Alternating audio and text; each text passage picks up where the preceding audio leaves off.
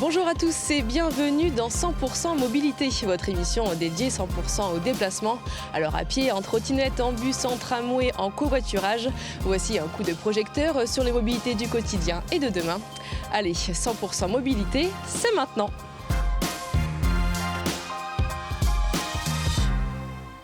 Et on commence tout de suite cette émission avec une bonne nouvelle. Grenoble décroche 2 fois la première place du podium des villes cyclables.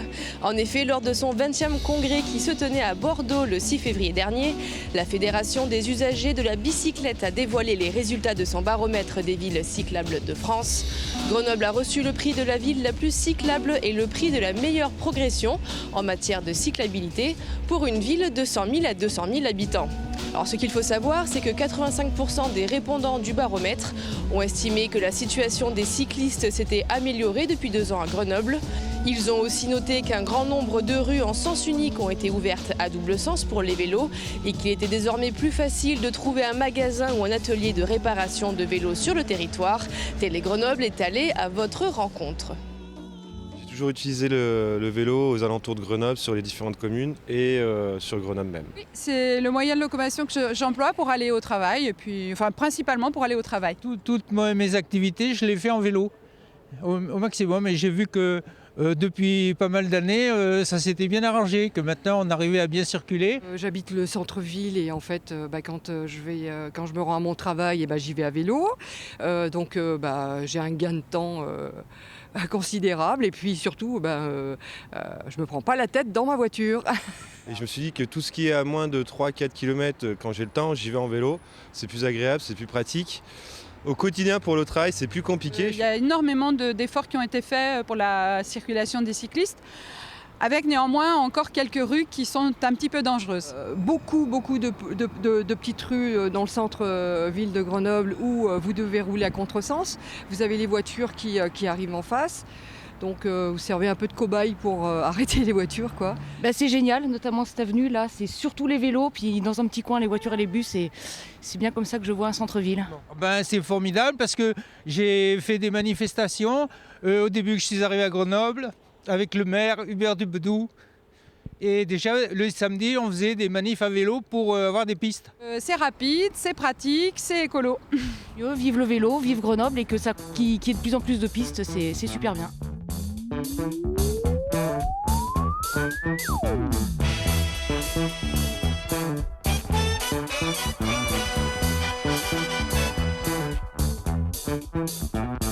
Et on fait le point à présent sur les applications liées aux mobilités.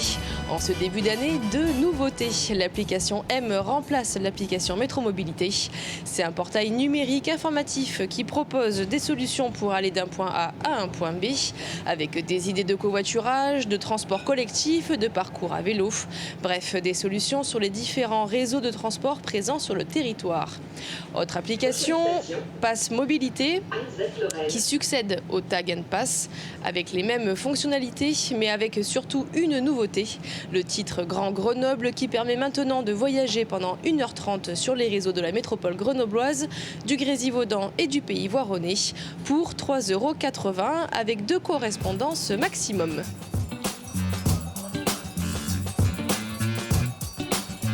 Changement de décor pour les 15 abris de tramway et de bus qui entourent la place Victor Hugo. De la culture pour tous, partout et tout le temps. C'est le projet du SMAG et de JC Déco, un reportage de Loïc Cognier. C'est l'un des endroits qui concentre le plus de monde chaque jour dans le centre-ville de Grenoble. La place Victor Hugo est un carrefour majeur de la capitale des Alpes et vous vous en êtes peut-être rendu compte ces derniers jours en y passant. Ces différents arrêts de tram et de bus se sont offerts un petit relooking, une rénovation pour célébrer aussi et surtout l'homme qui lui a donné son nom. L'idée, c'est d'honorer Victor Hugo. Tout le monde prend un arrêt à Victor Hugo, mais peu de gens savent vraiment qui était et quel était ce grand personnage. Ici, l'idée aussi, c'est de rentrer dans un roman, c'est-à-dire que l'intégralité de l'abri est habillée d'une typographie, une sorte de dentelle typographique, à la fois transparente mais à la fois lisible. Donc on peut, quand on prend son tram tous les matins, se lire l'intégralité du roman, morceau par morceau. Chaque arrêt de bus et de tram est là pour mettre en avant l'homme politique, le poète, mais aussi le romancier qu'était Victor Hugo. On peut ainsi y retrouver certains de ses discours, des poèmes et donc l'intégralité de l'un de ses romans. Une chose est sûre, l'initiative interpelle et ne laisse pas indifférents passants comme voyageurs qui se prennent au jeu de la lecture. Si on a du temps à perdre ou si on est intéressé, eh ben ma foi, pourquoi pas. Je trouvais que c'était un petit peu ardu au premier abord. Je trouve que c'est une très bonne idée, c'est rigolo, ça m'a fait rigoler parce qu'on voit écrit tout serré, là, on dit mais c'est quoi cette histoire-là? Et puis j'ai tourné là, puis j'ai vu l'homme qui rit, j'ai dit ah bah d'accord, ah bah ouais Victor Hugo, l'homme qui rit. Je pense que c'est une idée qui pourrait être transposée dans d'autres villes ou dans d'autres arrêts de tram. Eh ben, c'est plutôt pas mal, ouais. En plus c'est joli, en espérant que ce ne soit pas arraché et tagué et compagnie, ouais. Puis après, il faut lire. J'ai dit on arrive là, on ne sait pas où, c'est un peu touffu, c'est trop écrit petit, donc c'est difficile. Vous m'avez dit qu'il était entièrement écrit là, j'ai peine à le croire, que ça tient tout sur les quelques panneaux là. Parce que c'est épais comme roman quand même. Et pourtant c'est bien le cas, et si pour l'instant le roman comme ses différents écrits sont retranscrits de façon provisoire par l'intermédiaire d'un sticker, l'ensemble des différents textes sera bientôt sérigraphié définitivement, de quoi occuper plus d'un moment dans l'attente de son tramway ou de son bus. Apparu en France dans les années 80, le covoiturage a le vent en poupe. Aujourd'hui, plus de 63 millions de personnes pratiqueraient le covoiturage en France. Il peut être anticipé ou spontané. Après les applications et les sites spécialisés dans le covoiturage, les parkings spécifiques et les points de prise en charge, Grenoble, la métropole et le Vercors se sont dotés d'une quinzaine de bornes de covoiturage. Elles ont été installées à des endroits stratégiques pour permettre aux habitants des communes rurales ou des territoires voisins de pouvoir se déplacer plus facilement, comme à Hébin, Cessan, Cessiné, Sassenage, Champagné, Volnavé-le-Haut et Villard-de-Lans par exemple. On rappelle que l'usage de ces bornes est gratuit et que c'est facile d'utilisation. Il suffit de choisir sa destination sur le boîtier et celle-ci s'affiche sur l'écran lumineux situé en hauteur. Une place de stationnement est spécialement aménagée pour les automobilistes qui souhaiteraient s'arrêter.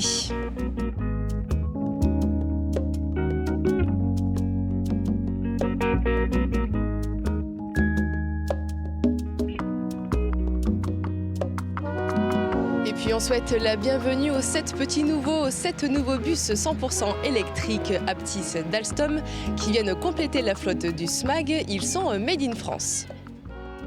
À terme, ça sera 7 bus 100% électriques sur la ligne C3, C4, donc au milieu du parc de bus hybrides. C'est les lignes qui partent d'ici, qui vont donc du centre de graphisme à Échirolles, qui vont donc place Victor Hugo et qui derrière après repartent sur le Ver de Ré à Hébin. Donc c'est des lignes où on a une forte fréquentation en journée et qui permettent d'aller donc dans la zone à faible émission en centre-ville. C'est des bus qui sont standards 12 mètres, qui ont une autonomie d'à peu près 250 km, qui sont plancher bas intégral avec 3 portes doubles comme sur le tramway, comme vous avez pu voir, qui permettent une accessibilité hors palette sur les 3 portes pour les personnes qui monteraient avec éventuellement des poussettes ou en fauteuil roulant s'ils n'ont pas besoin de palette. C'est chargé en charge lente toutes les nuits au dépôt, il y a à peu près 250 km d'autonomie. Pourquoi je dis à peu près? Ça va dépendre de s'il fait froid, s'il fait chaud, si on ouvre beaucoup les portes, s'il y a beaucoup de circulation ou pas, mais voilà, on serait sur une moyenne à 250 km. Jusqu'à maintenant, les bus diesel étaient remplacés par des bus roulant au gaz naturel. Et avec l'arrivée de l'électrique, le SMAG diversifie les énergies propres utilisées sur le réseau. Aujourd'hui, 73% des bus de la flotte du SMAG fonctionnent grâce à des énergies peu polluantes, un chiffre qui devrait atteindre 100% d'ici à 2021.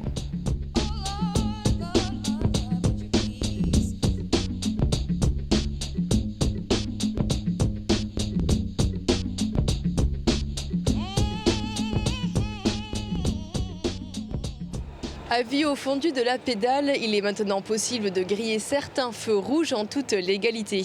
Alors effectivement, des panneaux céder le passage cycliste au feu rouge avec 3 directions ont été installés à Grenoble.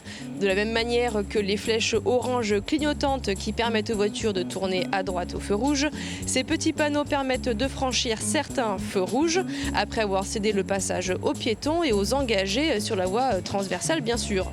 Son nom de code M12. Une signalisation qui rend plus fluide la circulation en dissociant le démarrage des véhicules motorisés de celui des vélos. Depuis sa création, le CD Le Passage cycliste a été testé dans plusieurs agglomérations avec succès, notamment à Bordeaux, Nantes, Lille, Rennes, Strasbourg et Tours.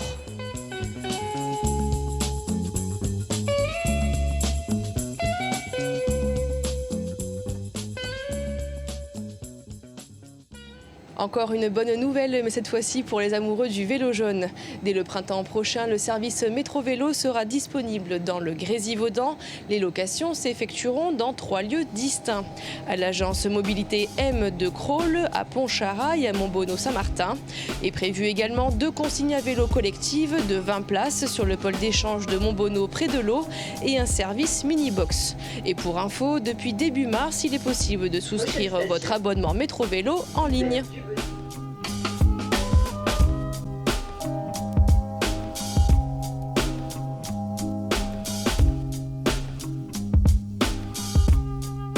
Dernière phase de travaux pour la chrono-vélo numéro 3 Grenoble-Visil qui va relier d'ici à 2021 Grenoble, Échirolles et le Pont-de-Clé.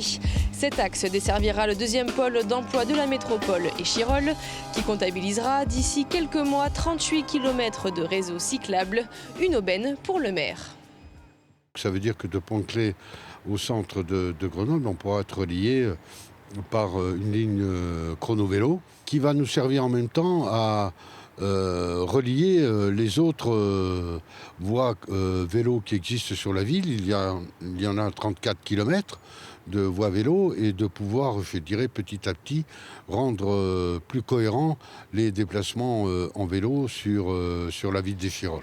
Ça nous permet également de planter plus de 50 arbres qui vont l'être le long de cette voirie et donc d'apporter de la fraîcheur et de permettre de lever l'imperméabilisation du sol. Donc c'est quelque chose qui en même temps apaise la circulation, en même temps développe les déplacements en vélo, en même temps nous permet de verdir la ville.